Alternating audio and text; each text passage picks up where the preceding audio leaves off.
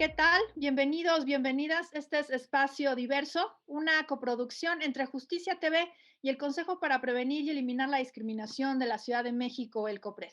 Espacio Diverso se convierte en un espacio de reflexión, de análisis, para pensar, para reflexionar acerca de temas relacionados con la igualdad y la no discriminación en la Ciudad de México.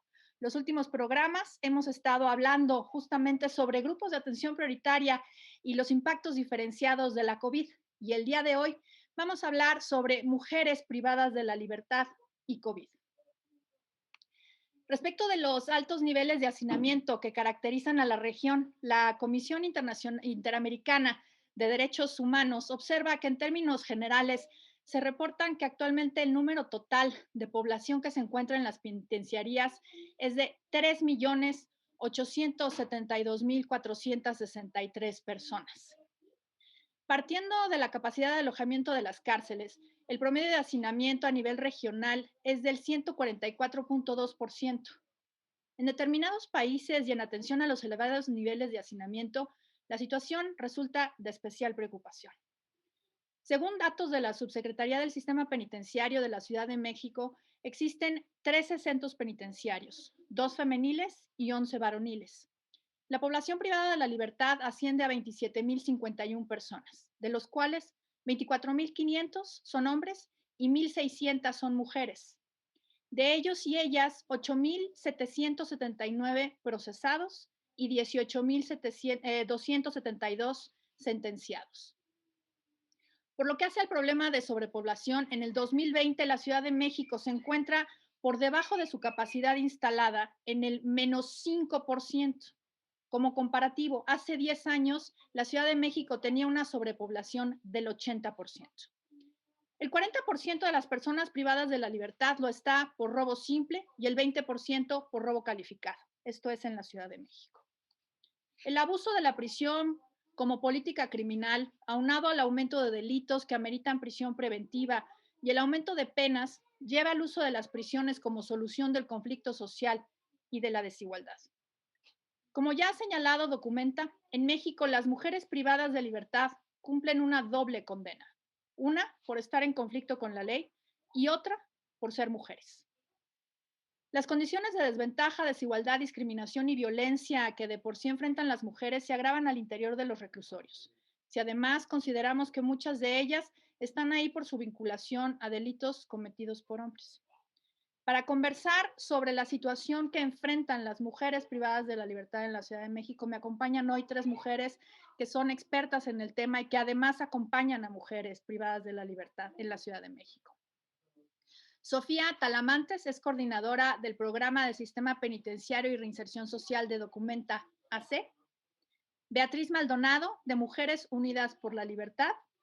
Y Kenia Cuevas, activista y fundadora de Casa de las Muñecas Tiresias. Muchísimas gracias a las 3 por estar con nosotras en este programa el día de hoy. Y bueno, pues vamos a iniciar. Kenia, ¿cuáles son las condiciones que de manera histórica han enfrentado las mujeres privadas de su libertad? Adelante, Kenia, por favor. Hola, muchas gracias, Gera. La verdad, muy contenta por participar. Y sí, el tema de las mujeres privadas de su libertad, pues ha sido algo deplorable, ¿no? Han quedado olvidadas. Efectivamente, ¿no? 2 veces se sentencia a las mujeres, y más si se trata de mujeres trans, ¿no? Yo sé que gran parte de la población son mujeres cisgénero, pero también tenemos una gran cantidad de mujeres trans que están privadas de su libertad y que se siguen sometiendo en procesos en espacios varoniles, ¿no? Como en espacios, centros penitenciarios varoniles, en el cual enfrentamos un tipo y una serie de violencias extremas, ¿no? En el cual también tenemos que ser parte de las cuidadoras y de las amas de casa dentro de prisión de las personas privadas de la libertad, ¿no? Y que también somos sujetas al trabajo sexual.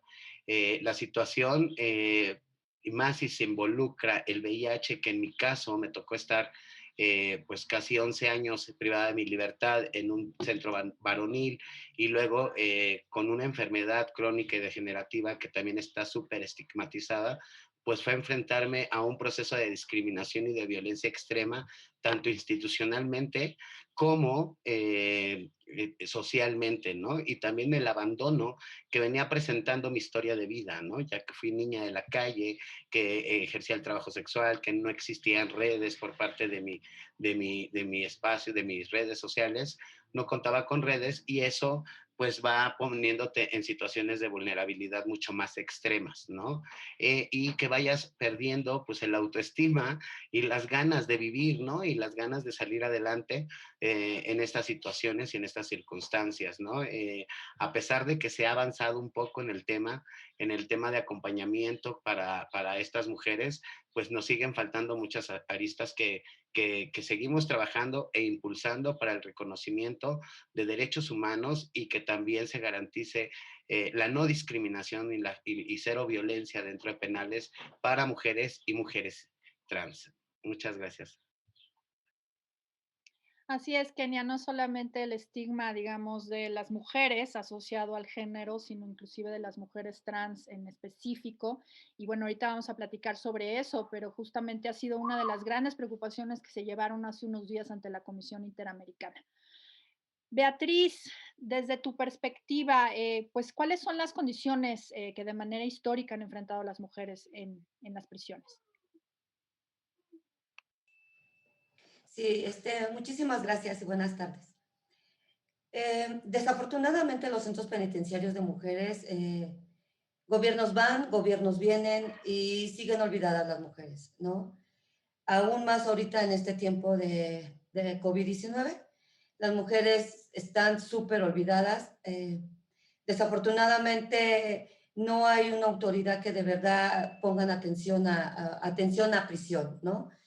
De estas 1.500, 1.600 mujeres que están en la Ciudad de México, el 60% de estas mujeres no reciben visita, ¿no? Entonces, dentro de prisión, pues también están marginadas, están olvidadas por sus familiares y por el Estado. Entonces, como bien lo dice Kenia, la discriminación, el estigma, pues también es un problema grandísimo para los centros penitenciarios, ¿no? Porque, bueno, estamos hablando de la Ciudad de México. Todavía no contamos con las chicas que también viven en los estados, ¿no? En esos reclusorios de los estados, que son las comunidades indígenas, donde ellas manifiestan este olvido total, que ni siquiera tienen, pues, ni siquiera un periodo digno, ¿no? Para sus toallas femeninas, porque realmente ellas no tienen para solventar esos gastos. Entonces, lo que nosotros hacemos ahora sí que nuestra labor social es promover acciones sociales para que las autoridades vean las carencias y las necesidades dentro de prisión, porque no nada más el sistema judicial penal lo que hace es, así lo digo y con mucho respeto, pero realmente nada más son por estadísticas criminales, ¿no? Que tantas mujeres se agarraron para dar una información al Estado. Estas mujeres, como bien lo comentaste al principio, las mujeres han sido violentadas y han sido obligadas a realizar actos delictivos por culpa de un hombre, llámese padre, pareja, hermanos, amigos, ¿no? Creo que lo que nos falta muchísimo en nuestra sociedad, pues es la educación social, ¿no? Y una gran parte de cultura, en donde nosotros podríamos empezar, de verdad podríamos empezar desde los menores, evitar menores infractores, ¿no? Que es desde la escuela, escuela para padres, no sé, para que nosotros pudiéramos, bueno, para que se pudiera evitar ya tanta delincuencia. Nosotros a través de Mujeres Unidas por la Libertad es lo que nosotros hacemos. Eh, Estamos ahorita pues impulsando a las chicas que salen de prisión para que emprendan, ¿no? Un negocio, les damos talleres de fortalecimiento para una buena reinserción social y tengan un regreso pacífico a la sociedad. Así evitar que las chicas regresen a prisión, ¿no? Porque creo que desafortunadamente por falta de oportunidades o por la edad, muchas veces salen ya de 50 años para arriba. ¿Y quién les da el empleo? ¿No? Entonces, están al acecho, los grupos delictivos están viendo, porque o se prostituyen o las ponen a vender droga, pero esto es por falta de un apoyo de verdad del Estado, ¿no? Porque no hay ningún apoyo. Claro, sí, y todos los estigmas asociados, ¿no? Al haber estado privada de la libertad, para después conseguir un trabajo, ¿no? Y sobre todo los obstáculos que existen, desde el COPRED, por ejemplo, pues el tema de, la carta de no antecedentes, por un lado, y por el otro lado, el tema de la credencial del INE, ¿no? Que es todo un tema muy complicado, porque en México utilizamos la credencial para votar como identificación y al ser condenada por una pena privativa de la libertad, las personas se les quita la credencial y no tienen una identificación y sin esta identificación no pueden tener cuenta de banco, no pueden rentar, no pueden hacer nada. Entonces, hay muchos obstáculos alrededor, digamos, de esta reinserción, pero además que vienen arrastrándose desde su estancia en los centros penitenciarios. Sofía, cuéntanos, ¿cómo ven ustedes desde Documenta todo esto y sobre todo estas condiciones, digamos, de desigualdad histórica que existen dentro de las prisiones y que ya estaban antes de la pandemia y que ahora, bueno, pues se han exacerbado? Muchas gracias. Sí, a mí me gustaría sumar a lo que compartieron Kenia y Betty algunas de las barreras que hemos identificado desde Documenta a las cuales se enfrentan las mujeres privadas de la libertad. La primera barrera que identificamos es la infraestructura, es decir, los centros penitenciarios fueron construidos por los hombres para los hombres pensando en las necesidades de los hombres, ¿no? Entonces, hoy vemos que la estructura de los centros penitenciarios no es la adecuada respecto a las necesidades específicas de las mujeres privadas de la libertad. Un ejemplo de esto es que no se garantiza, por ejemplo, que el personal de custodia sea femenino, ya que normalmente los centros penitenciarios en nuestro país, cuando son para mujeres, realmente están o en anexos o pabellones de los centros penitenciarios varoniles, ¿no? También esto tiene una como consecuencia que estén sujetas a una mayor violencia en las prisiones, específicamente de tipo sexual, ¿no? Como comentaba Kenia previamente.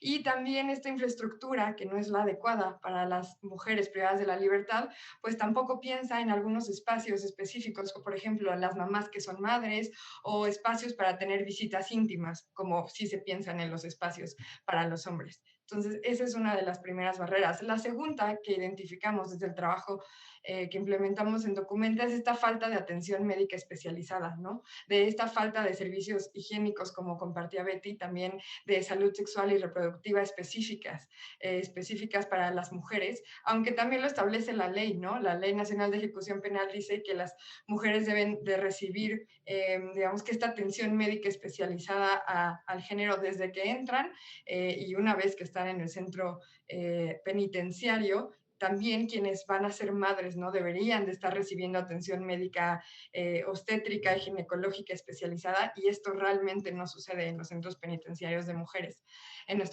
nuestro país y tampoco en los de la Ciudad de México. Por otro lado, siguiendo esta idea de que están en una situación de mayor vulnerabilidad a ser víctimas de tortura, específicamente cuando son trasladadas, ¿no? Se encuentran en esta situación de mayor riesgo, ya que los traslados no son regulados de forma correcta y se cometen pues varios actos de tortura, en la mayoría de las veces violencia sexual, ¿no? Esto lo podemos ver, por ejemplo, en el caso del Ceferoso 16, cuando cerraron todos los centros federales de mujeres del país y les trasladaron al Ceferezo 16 y muchísimas mujeres pues denunciaron que fueron violentadas y torturadas en este sentido. Y por otro lado, otra barrera que quisiera compartirles es esta falta de datos, ¿no? Hay una deficiencia en general y ausencia en la recopilación de datos con perspectiva de género.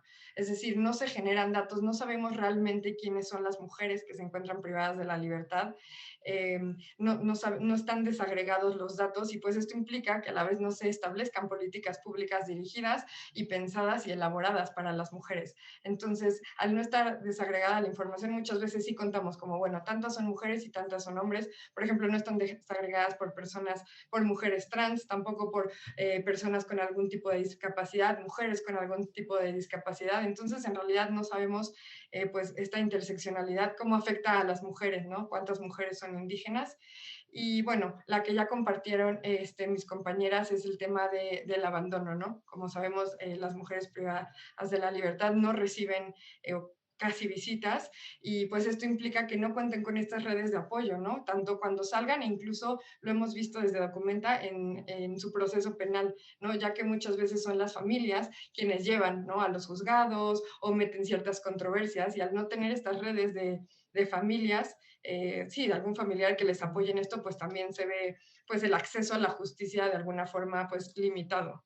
Entonces, bueno, eso. Claro, y estas redes de apoyo, sobre todo ahora, además, con la suspensión de las visitas y de las actividades que se venían realizando dentro de los centros, ¿no? Ahorita quisiera yo hablar de eso. Antes de irnos al corte, Beatriz, quisiera yo aprovechar un poco el momento para que nos platicaras un poco de esta acción que tiene que ver sobre la menstruación digna dentro de las prisiones. Ustedes están realizando alguna propuesta y me gustaría que nos platicaras sobre eso. Sí, nosotros venimos trabajando a finales del año 2019 en ver cómo las autoridades, ¿no? O el Estado les dé toallas sanitarias a las mujeres en prisión, ya que dentro de prisión no hay empleo. Entonces, ¿cómo solventan estos gastos, no? Eh, Como lo comenté, muchas chicas no reciben visita, son olvidadas. Entonces, ellas utilizan calcetines, rompen sus playeras. Entonces, nosotros empezamos a hacer esta situación, a ver estas situaciones, y apoyamos mucho lo que fue Menstruación Digna México para la eliminación del IVA y también para las toallas de gratuidad. No. Desafortunadamente, no se aprobó lo del IVA, pero no le dieron seguimiento a las toallas sanitarias de gratuidad, en lo cual nosotros como Mujeres Unidas por la Libertad, pues estamos haciendo esto, ¿no? En incidencias de políticas públicas, visualizando, ¿no? La problemática de las mujeres que pasan, porque, bueno, toda esta problemática también viene, pues, tienen infecciones, las mujeres se enferman, ¿no?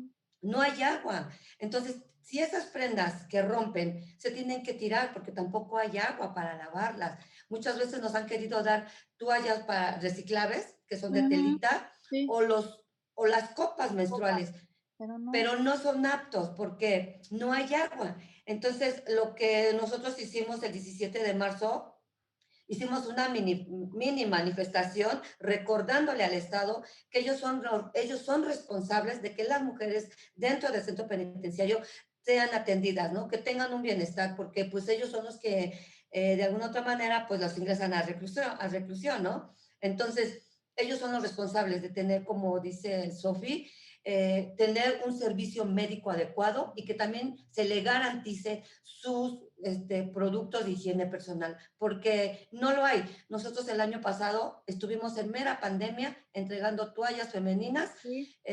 Que fueron 7,500 toallas femeninas para un consumo de 3 meses. El papel de baño también se dieron 26,000 rollos de papel para 3 meses.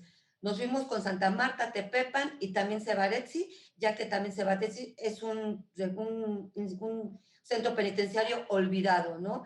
Si las mujeres están olvidadas, este centro penitenciario Cebaretsi, que es creo psiquiátrico, pues está más olvidada aún. Entonces, nosotros hemos estado trabajando con donaciones de algunas empresas y bueno, pero pues no siempre nos vamos a ir con donaciones. Entonces, pues el Estado se tiene que responsabilizar de esta situación, ¿no? Porque no pueden las mujeres estar siguiendo con esta situación de no tener ni siquiera una toalla. También es violencia, porque violentan tu cuerpo obligándote a poner un calcetín o un pedazo de tela, ¿no? Pues realmente sí es muy lamentable que mis compañeras, mis hermanas, pasen esta situación dentro de prisión. Muchas gracias, Beatriz. Justo, sí, por eso quería yo que nos platicaras un poco de esto, porque bueno, pues evidentemente esto forma parte de una cuestión de dignidad, ¿no? Y el hecho de que las mujeres no tengan acceso a productos de gestión menstrual, pues es un trato indigno. Vamos a hacer una pausa, no le cambien y ahorita vamos a seguir conversando sobre mujeres en reclusión y COVID. Gracias.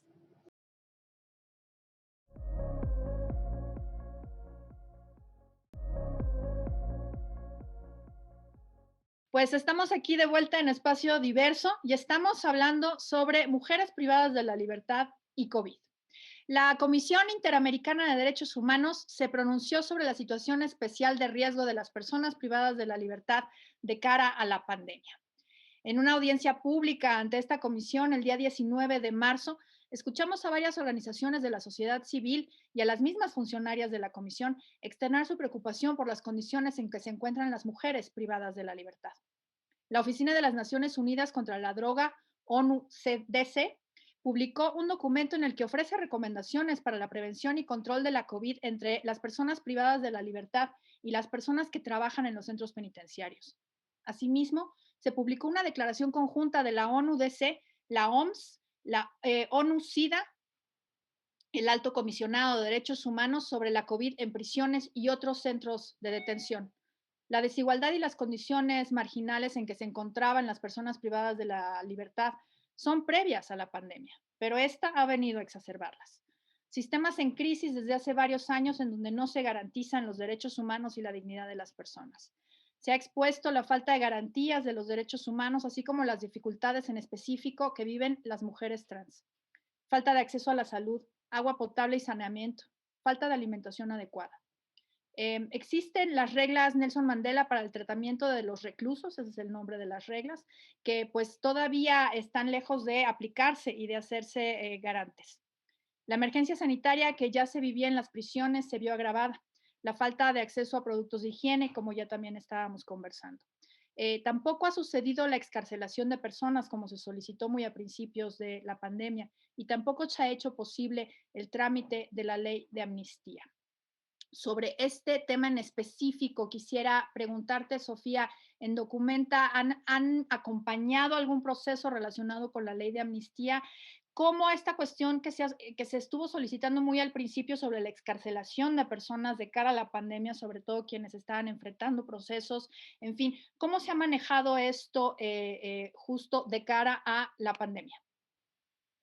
Sí, aquí me gustaría compartirles que precisamente como tú mencionas, los organismos internacionales hablaron sobre la importancia de dar estas preliberaciones. Y nosotras hicimos todo este monitoreo, ¿no? Los cuadernos mensuales de información estadística nos muestran que el año pasado solamente se dieron 177 preliberaciones, es decir, beneficios de libertad anticipada, y sí fueron un poco más de sustitutivos penales, un poco más de 2,000. Pero esto, en realidad, en comparación con otros años, no hay mucha la diferencia, a pesar de que nos encontramos en una situación de pandemia, en una situación en la que se deberían de estar despresurizando las prisiones para evitar los contagios, ¿no? Aquí me gustaría mencionar también, en el tema específico de amnistía, que Documenta acompaña 2 casos de 2 personas que solicitaron la amnistía, sin embargo, no ha habido una respuesta adecuada, es decir, ya se cumplió 1 año en estos días de la publicación de la ley de amnistía, sin embargo, no hay respuesta, ¿no? No ha habido ni una sola persona que ha sido liberada por el tema de amnistía. Entonces creo que se tiene que seguir buscando, se tiene que seguir buscando que las personas sean preliberadas por el artículo 146, por ejemplo, de la Ley Nacional de Ejecución Penal, pero pues esto es sumamente grave, ¿no? Porque al final las cárceles siguen hacinadas, las personas privadas de la libertad siguen en condiciones que las ponen en una situación de mayor vulnerabilidad que cualquier otra persona. Y aquí me gustaría como recalcar que pues las personas privadas se encuentran bajo la custodia del Estado, entonces es el Estado quien tendría que estar garantizando todo esto, ¿no? Tanto lo que nos compartió Betty, por ejemplo, de estos insumos de higiene como el tema de las medicinas, lo cual lo hemos visto que en la pandemia no ha sido así, ¿no? Si de por sí antes las personas privadas de la libertad no tenían un acceso adecuado a la salud, precisamente la pandemia vino a evidenciar cómo esto está en una situación sumamente grave, ¿no? Quienes asumen esos costos, digamos, de los medicamentos son las familias, quienes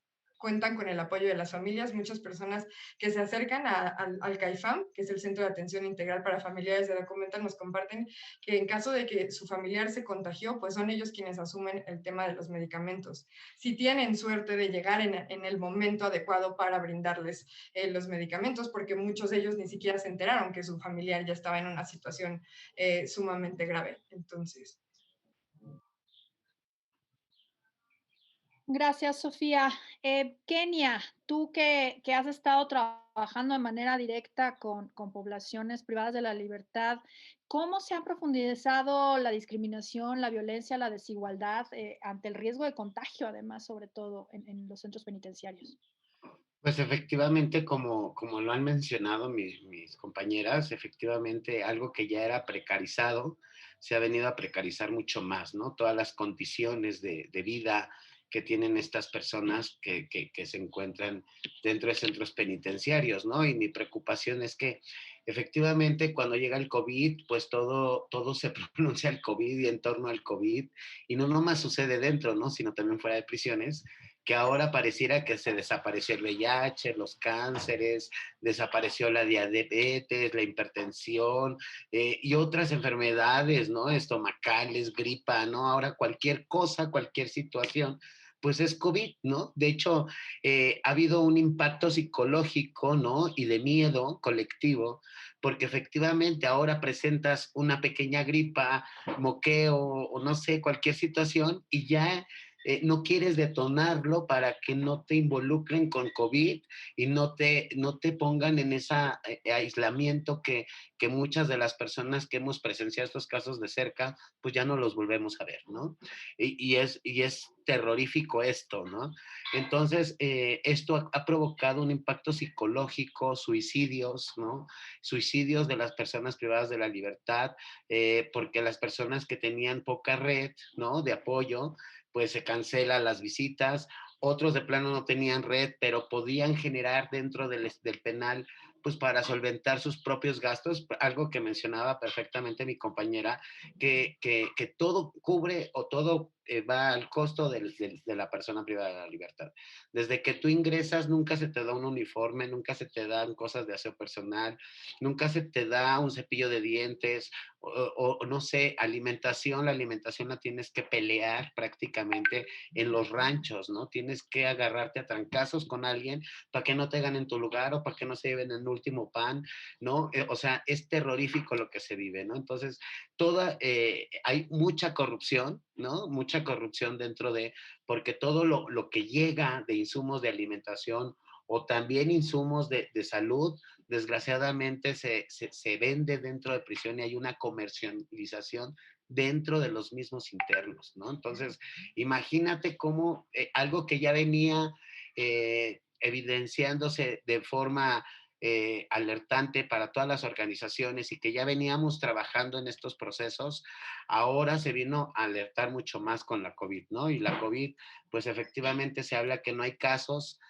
en COVID dentro de prisión, pero desgraciadamente hemos tenido contacto con familias que sí, desgraciadamente han perdido a sus familiares privados de la libertad, ¿no? Entonces, sí tenemos que seguir trabajando en visibilizar que no nomás es la COVID, sí, la COVID es algo muy, muy fuerte que nos ha llegado y nos ha tocado vivir y que la estamos enfrentando muchas personas, muchos factores, muchas ideas, muchas miradas de distintas trincheras, pero que desgraciadamente estamos olvidando lo que ya teníamos, lo que teníamos que atender y que no lo estamos atendiendo adecuadamente, ¿no?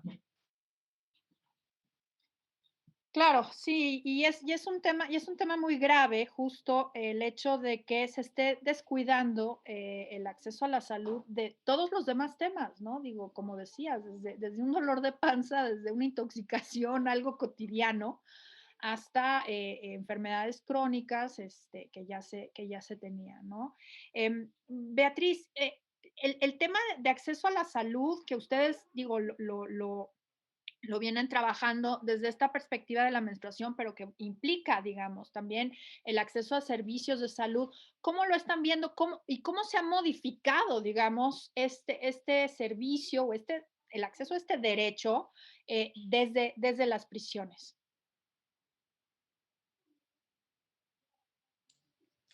Como dice Kenia, las prisiones siguen siendo lo mismo. No, no hay un servicio médico. Yo lo viví con mi hijo que estuvo el año pasado en prisión durante 5 años, 8 meses por un delito que no cometió. De verdad luché muchísimo para que le dieran su libertad el 30 de abril del año pasado. Él se enfermó de COVID-19. Eh, él no me quería decir, pero yo lo veía porque él, por ejemplo, hay personas dentro de prisión que tienen enfermedades crónicas. Mi hijo es hipertenso, hipoglucémico desde los 10 años. Yo sabía que él se iba a enfermar. Pasé una situación muy fuerte el año pasado, de verdad. vi a mi hijo con sus labios morados y yo sabía que él mismo se despidió de mí. Él me dijo, mamá, me siento muy mal. ¿Y sabes qué fue lo que pasó? Como dice Kenia, hubo un pánico terrible dentro de prisión, porque los mismos internos no querían decirles a las autoridades que estaban enfermos, que se sentían mal. ¿Por qué? Porque los iban a aislar, ¿no? Porque se llevaban a completos a estancias. Eran de 20 a 30 hombres los que se llevaban completos a aislar. Si no estaban enfermos unos, pero los aislaban en el mismo lugar, ¿no? Entonces mi hijo tenía mucho miedo.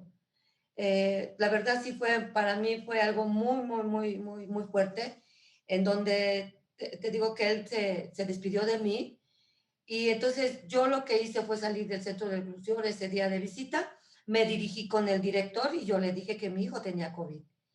Eh, yo para esto, yo ya le había llevado medicamentos desde antes, ¿no? Y le llevé miel, aspirinas, es más, las mismas autoridades me dijeron, traiga las aspirinas.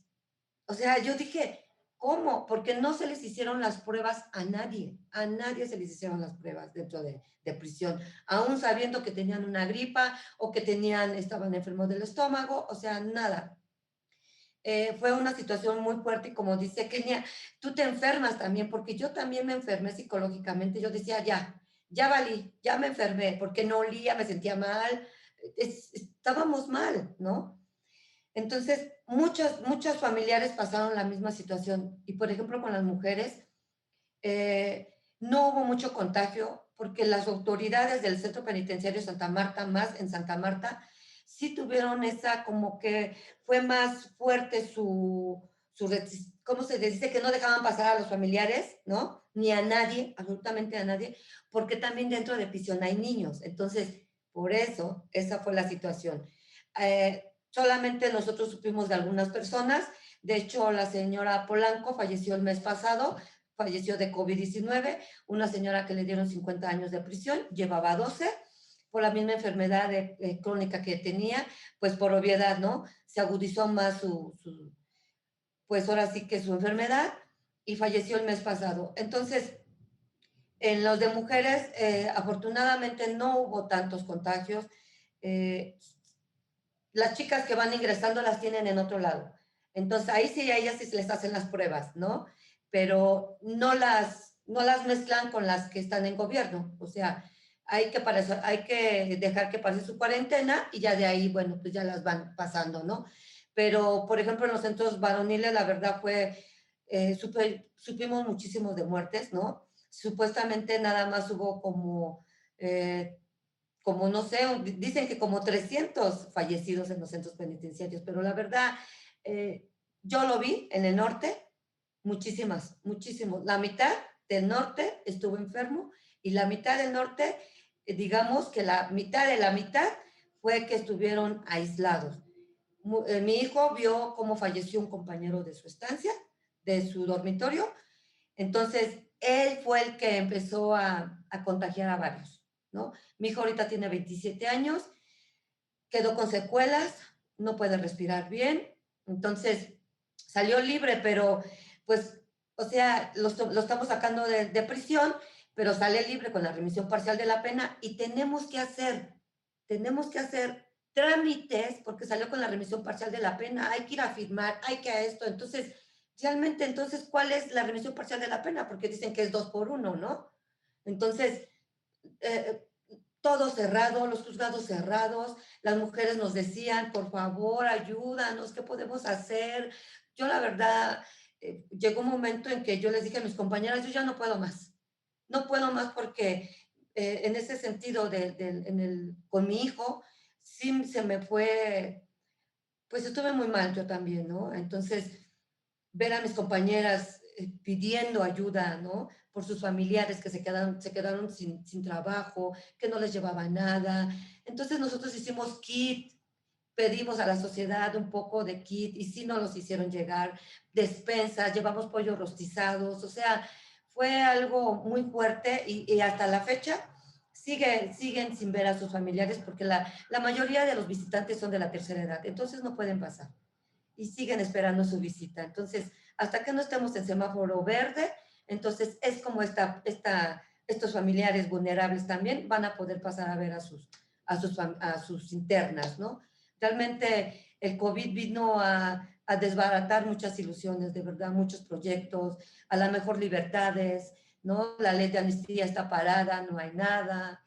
Entonces, realmente es muy, muy difícil ser parte como activistas, ser parte, pues, de esta desalentada, ¿no? Desalentada camino. Tenemos que abrir brechas y nos cuesta muchísimo trabajo. Sí, claro, es muy complicado y sobre todo esta cuestión, además de no tener certeza de qué está pasando, si además no se puede entrar, ¿no? Entonces, tener este temor y lo diría así, este terror de que esté un ser querido dentro y no se pueda acceder, no se pueda ayudar, no se pueda apoyar. Sofía, ¿ustedes qué más han documentado de estos medidas o falta de medidas dentro de los centros penitenciarios? Sí, desde Documenta, cuando comenzó la pandemia, empezamos a hacer un monitoreo sobre el número de casos de contagios y también de casos de muertes. Primero comenzamos a partir de, digamos que el monitoreo en medios de comunicación, quienes eran los que estaban pues brindando información que mismos familiares compartían. Y en julio más o menos empezó la CNDH a publicar estos datos sobre el número de contagios y el número de muertes. Al momento, bueno, esta semana todavía la CNDH afirmó que hay 3.329 casos confirmados acumulados, esto a nivel nacional, y únicamente 251 decesos. Sin embargo, hay, pues, precisamente como dice Betty, desde el trabajo que hacemos con Documenta y Familiares, creemos que hay un subregistro. Es decir, consideramos que hay muchísimos más casos de los que está, digamos que publicando la CNDH y también de muertes, ¿no? Nos hemos enterado de varios casos que incluso dicen que murió de otra cosa la persona cuando los síntomas y cómo se sentía en los últimos momentos que habló con algún familiar, pues era evidente que tenía COVID-19. También me gustaría mencionar que en la Ciudad de México sucedió algo con este monitoreo, ¿no? En una de las semanas de julio se publicó que habían 76 casos y de una semana a otra este número aumentó a más de 1,000 personas contagiadas, ¿no? Entonces, también esto es, pues como que viene a evidenciar que no hay un buen monitoreo, es decir, que no hay un buen monitoreo de información y tampoco de pruebas, como mencionaban mis compañeras al principio, no se están haciendo estas pruebas. Y también, otra vez regresando al tema de que la información no está desagregada, pues esto no permite tomar ciertas, digamos que, pues ciertas acciones concretas en los centros penitenciarios. Únicamente sabemos como, bueno, en Chihuahua hay 66 casos, en Jalisco hay 250, en la Ciudad de México hay más de 1,500, pero no sabemos en qué centros, ¿no? Ahora con lo que Betty nos comparte sabemos que en realidad en los centros de mujeres no fue tanto los contagios, pero no sabemos si en los centros de personas con discapacidad, si en los centros incluso de adolescentes, en dónde están estos contagios y cuáles son las medidas muy puntuales. También elaboramos un informe a partir de un cuestionario que publicamos y respondieron más de 800 familiares.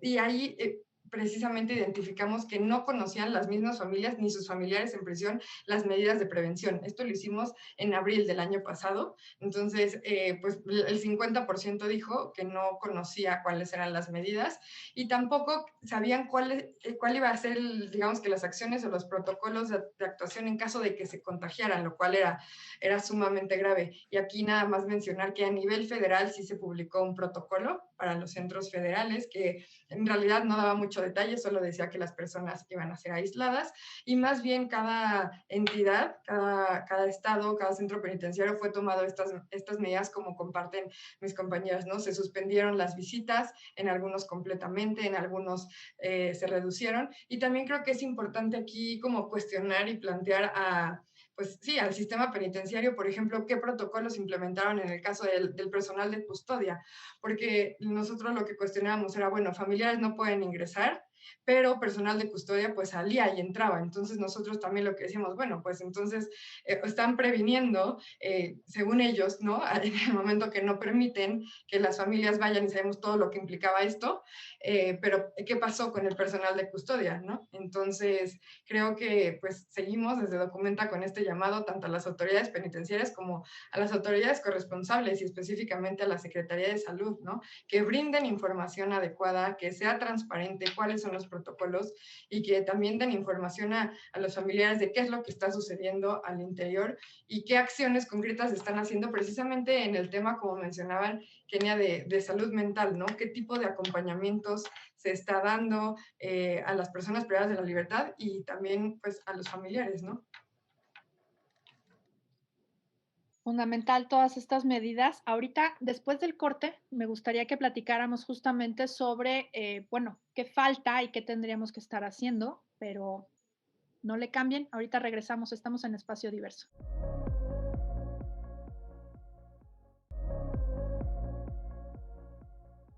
Estamos de vuelta en Espacio Diverso y estamos hablando sobre mujeres privadas de la libertad y COVID. Y justamente estamos, bueno, pues platicando sobre cómo la COVID ha venido a profundizar la discriminación, las violencias y la desigualdad que viven las mujeres y todas las personas privadas de la libertad. Bueno, nos quedamos un poco hablando sobre justamente qué medidas tendrían que estar implementando las autoridades de los centros penitenciarios. Kenia, tú que has estado acompañando y ahora que nos platicas que desde tu organización van a acompañar a mujeres privadas de la libertad, ¿qué medidas deberían estarse implementando? ¿Qué hace falta? Y sobre todo ahorita de cara a la pandemia, ¿no? Pero en general. Muchas gracias. Pues yo creo que siempre lo que ha hecho falta principalmente es un proyecto de reinserción dentro de las cárceles y asegurar el espacio cero de la violencia y la discriminación de las personas privadas de la libertad. Casa de las Muñecas inició con un proyecto que va a ser acompañamiento de alfabetización jurídica de las personas que están dentro del dormitorio 10 y también vamos a llevar actividades culturales, deportivas y educativas que puedan reforzar herramientas de vida. También vamos a acompañar derechos humanos y quejas ante el Consejo que previamente vamos a estar también acompañando dentro de la penitenciaría. Y bueno, también Casa Hogar Paula Buenrostro viene a brindar un proceso de acompañamiento integral para las mujeres. Entonces nos estamos coordinando para que las mujeres que salgan de la penitenciaría puedan llegar al albergue. También ya acudimos a un caso muy específico de mujeres cisgénero, que es el caso de Macarena, que también tuvimos a Yesenia dentro del espacio y que ha estado acompañada por parte de la organización, ¿no? Y que es un caso emblemático y que se está dando muy fuerte en medios de comunicación. Y bueno, las acciones a realizar, pues es generar cambios de identidad para mujeres trans dentro de prisión, generar también matrimonios igualitarios, que esto no se pierda, que de por sí hay una discriminación hacia la comunidad LGBT dentro de los centros penitenciarios, empezarles a dar visibilidad. Vamos a realizar una marcha LGBT de mujeres o de personas LGBT que están en la penitenciaría y que se va a entregar un pliego petitorio, ¿no? A la subsecretaría para que también puedan atender estas necesidades muy básicas. Y también estamos proponiendo y estamos generando mesas de trabajo con diversas instituciones para poder generar documentos de identidad y que se les pueda otorgar en el momento de su salida. Es un derecho que hemos perdido de vista y que es una dificultad muy grande para una población que va saliendo, ¿no? Más si no cuentas con ningún tipo de red, ¿a qué te enfrentas? A la falta de empleo, a la criminalización, te enfrentas a la falta de vivienda, a la falta de salud, ¿no? La falta de educación, a todos los derechos que te garantiza el Estado, tiene que ser justificado con una identificación o con documentos de identidad. Entonces estamos proponiendo que al salir previamente con una vigilancia que vamos a tener entre Casa de las Muñecas y el área jurídica, los egresos que van a haber y anteriormente, o sea, un mes antes que lo sepamos, nosotros generaríamos su acta de nacimiento, su CUR, y estamos en pláticas con el INE porque es algo que les debería de estar garantizando al compurgar una sentencia y que al otro día que salgan Casa de las Muñecas les brinda Instituto de Reinserción, que puedan acceder a estos servicios sociales o a estos programas sociales que están apoyando desde el Instituto de Reinserción, ¿no? Y que también que está Casa de las Muñecas y otras instituciones y otras organizaciones que están trabajando para tener algún tipo de herramienta y brindárselas a las mujeres al salir de la libertad. Efectivamente, algo que también hemos impulsado y que no se ha visto visible y que no lo hemos logrado es que en la amnistía también se logre reconocer a las mujeres trans. Y bueno, en este proceso de la amnistía, pues efectivamente estamos buscando el reconocimiento de las mujeres trans, ¿no? Que ha quedado olvidado y rezagado como siempre, ¿no? En la historia, las personas trans pues no participamos en estos procesos donde ya tenemos un reconocimiento de identidad en el Estado o en la Ciudad de México y que jurídicamente lo tenemos reconocido, pero no nos lo reconoce en una ley que va dirigido a las mujeres, ¿no? Entonces sí es complicado, algo que decías en la participación pasada, Jera, que efectivamente podemos acceder a unas cosas y a otras no, luego se privatizan unas y las otras no. Entonces tenemos que homologar, tenemos que armonizar todo lo que se está generando en torno de la reinserción social. Sabemos que no existe un proceso de reinserción social y que lo único que podemos dar luz de vida dentro de los centros penitenciarios son las organizaciones civiles que trabajamos en pro de estos derechos, que busquemos información adecuada, oportuna para todas estas poblaciones y que también estemos garantizando derechos, ¿no? Entonces la propuesta es que ya tengan su carpeta de documentos de identidad cuando salgan y sería una de las acciones que estaríamos haciendo este año junto con centros penitenciarios y otros actores donde también estaremos involucrando al COPRED, si tú me lo permites. Por supuesto que sí, por supuesto que sí. No, y la verdad es que es una gran preocupación nuestra, ¿no? Este tema que ya mencionaba yo hace un rato de la credencial del INE, la credencial para votar. Beatriz, ¿tú cómo ves las cuestiones digo, digamos, de cara al futuro? ¿Qué es lo que tendríamos que estar haciendo? ¿Qué se tendría que estar implementando? Y sobre todo ustedes, cómo están apoyando a las mujeres privadas de la libertad? Bueno, lo que se podría hacer, y yo creo que funcionaría, que se estuviera monitoreando todos los centros penitenciarios de mujeres, ¿no? La verdad, sí debería de haber una mesa. Dentro de prisión de Santa Marta no hay una mesa de derechos humanos, ¿eh? Sin en cambio, en otros centros penitenciarios sí lo hay. Entonces, sí debería de haber una mesa de derechos humanos, se debería de monitorear también a las mujeres que son de la tercera edad, que están enfermas y que están propensas pues a todo esto, ¿no? Y más a la COVID que acaba de, que pues, todavía ni se va, se sigue, ¿no? Lo que nosotros hacemos desde Mujeres Unidas por la Libertad, bueno, es apoyarlas, decirles que no están solas, que estamos nosotras, y tenemos un buen trato con las autoridades de los centros penitenciarios, Santa Marta y Tepepan, tanto el maestro Asael Ruiz como la directora del mismo.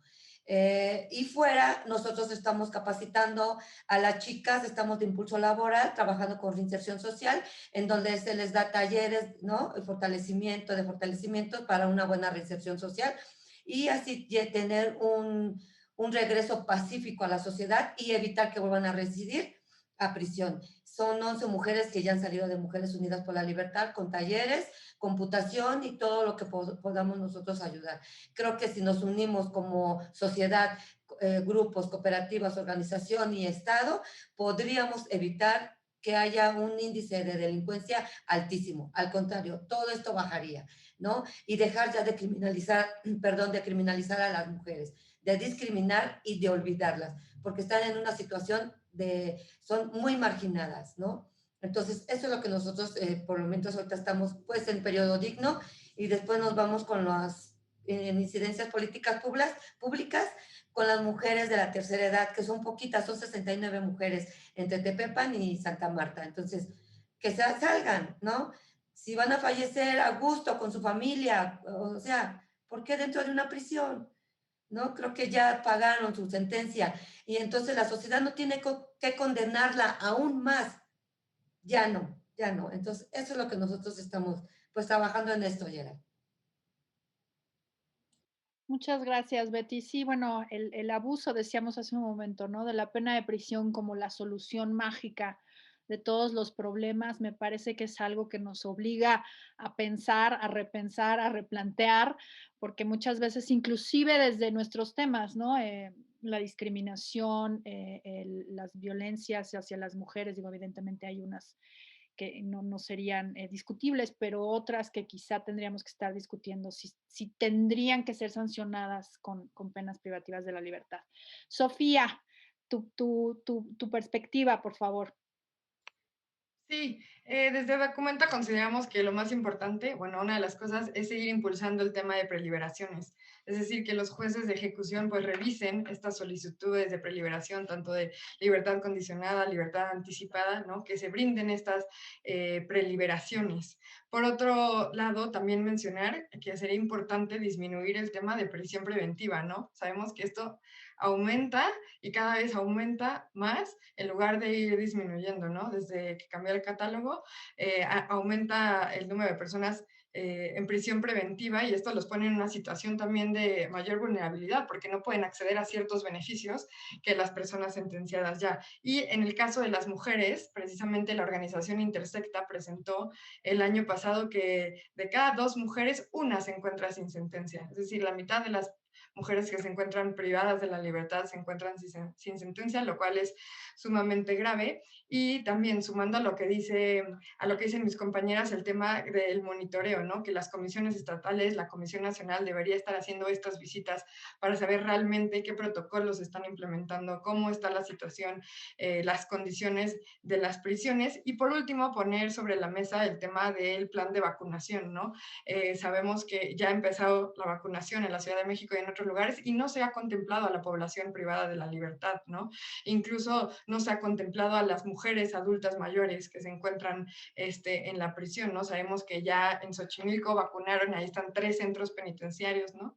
El Sur, Tepepan, Cibarepsi, y no se contemplaron a las personas. Solo en la Ciudad de México hay 918 personas adultas mayores y como comentaba Betty, un poco más de 60 son mujeres y no se encuentran dentro de estos planes, ¿no? Tampoco las personas que tienen algún tipo de condición que las pone en mayor riesgo de contagio y de muerte. Entonces, pues nada, como otra vez que la Secretaría de Salud, las autoridades penitenciarias, pues estén haciendo algo realmente por las mujeres que se encuentran privadas de la libertad. Sí, es preocupante la cuestión, digamos, de las personas mayores. Tengo conocimiento de que hay un plan especial para vacunar a las personas en situación de reclusión. A finales de mes, creo que se va a ir a vacunar a todos los centros penitenciarios. Esa es la información que tenemos nosotros desde el COPRED, porque justamente hay ciertas poblaciones que requieren de un programa o de un plan distinto. Poblaciones callejeras, poblaciones privadas de la libertad, poblaciones migrantes, por ejemplo, ¿no? Entonces, bueno, creo que es importante darle seguimiento a esto, ¿no? Y no soltar, como se dice coloquialmente. Y por otro lado, a mí me preocupa mucho las personas que no han recibido una sentencia y que están privadas de la libertad enfrentando una situación tan terrible como esta. Vaya, quienes tenemos el privilegio, por ejemplo, de quedarnos en casa y estar trabajando acá, bueno, pues estamos encerrados en nuestras casas bajo nuestras propias condiciones y quienes están encerradas bajo las condiciones de sujeción frente al Estado, con las reglas que pone el Estado, sin tener ni siquiera una sentencia, pues coloca a las personas en una situación pues de suma gravedad y de suma precariedad. Pues se nos ha acabado el tiempo.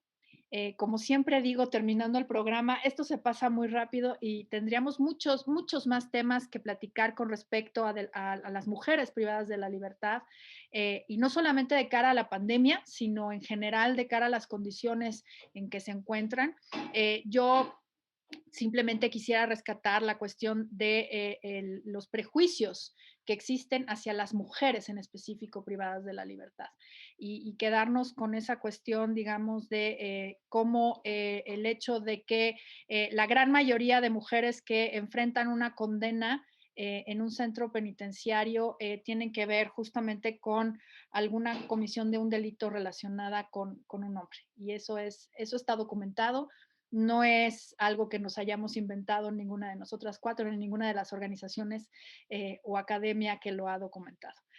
Kenia, Sofía, Betty, muchísimas gracias y muchas gracias a quienes nos acompañaron en esta transmisión de Espacio Diverso. Nos vemos en la próxima. Cuídense mucho y que estén muy bien. Abrazos a todas.